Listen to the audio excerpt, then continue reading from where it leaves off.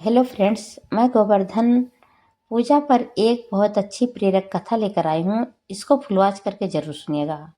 बरसाने के पास एक छोटा सा गांव था, गोकुलपुर।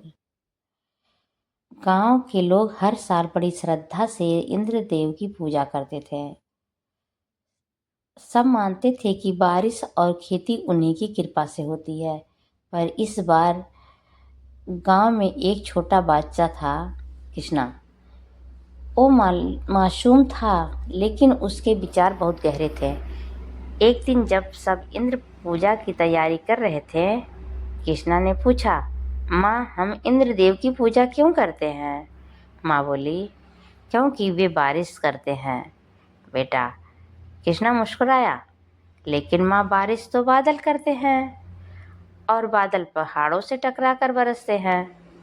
तो हमें तो उस पहाड़ की भी पूजा करनी चाहिए जिसने हमें बचाया है। गांव में हलचल मच गई। कृष्णा ने सब गांव वालों को समझाया, हमारे खेत, हमारे मवेशी और हमारी जमीन सब गोवर्धन पर्वत की छाया से हैं। इसलिए हमें इंद्रदेव की नहीं, गोवर्धन पर्वत की पूजा करनी चाहिए। लोग पहले हंसे, पर धीरे धीरे उन्होंने उसकी बात मान ली। सबने मिलकर गोवर्धन पर्वत की पूजा की, अन्नकूट मनाया, गायों को सजाया और प्रकृति का धन्यवाद किया। इंद्रदेव नाराज हो गए। उन्होंने गांव पर भारी वर्षा की। लेकिन तब कृष्ण ने अपनी छोटी उंगली से गोवर्धन पर्वत को उठा लिया और पूरे गांव को बारिश से बचा लिया। इंद्रदेव ने जब यह देखा तो उन्हें समझ आ गया, सच्ची भक्ति दिखावे में नहीं, सेवा और विश्वास में होती है। कहानी का संदेश।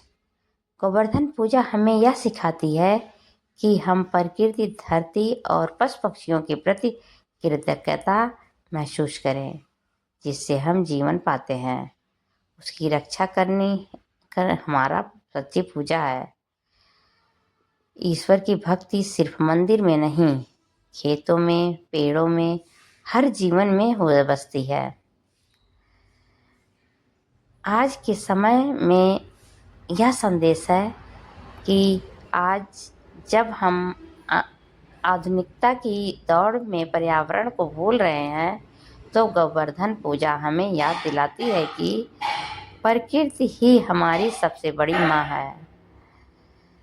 अगर आप उसका सम्मान करेंगे तो जीवन में सुख, शांति और समृद्धि अपने आप आ जाएगी। गोवर्धन पर्वत ने सिखाया है कि झुक कर सेवा करना ही सबसे बड़ी शक्ति है। Thank you friends. यह कहानी कैसी लगी आपको कमेंट बॉक्स में बताइएगा। अगर अच्छी लगी हो सब्सक्राइब, लाइक, शेयर करना